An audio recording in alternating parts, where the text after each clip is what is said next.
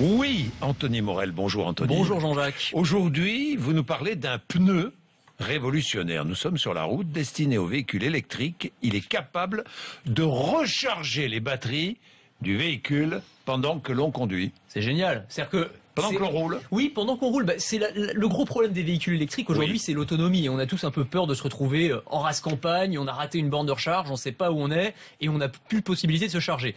La solution, c'est peut-être ce concept de pneu qui a été dévoilé il y a quelques jours, qui est relié directement aux batteries du véhicule électrique et qui va permettre de les recharger. En fait, ce pneu, il va récupérer de l'énergie.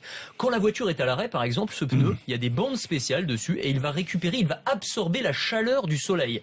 Cette énergie-là, cette chaleur, elle va être convertie en électricité.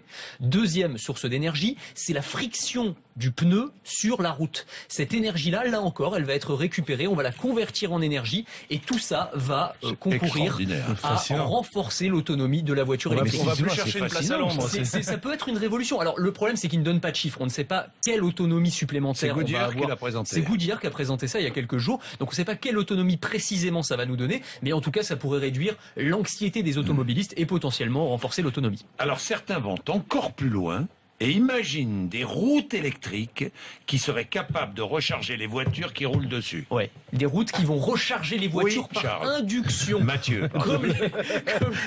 Comme les téléphones portables que je vous ai présentés déjà. Donc le principe, c'est que vous allez avoir des bobines placées sous la route, à 20 cm sous l'asphalte, à des intervalles réguliers, et une autre bobine sous le siège du conducteur de la voiture. Ces deux bobines vont entrer en contact, et on va créer une sorte de champ magnétique qui va permettre de recharger la voiture. Comme les casseroles.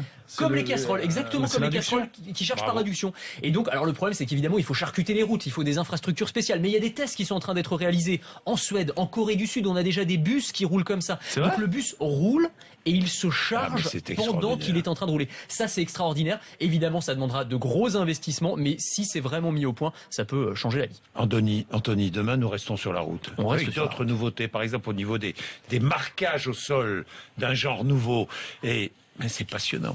Anthony Morel, c'est déjà demain.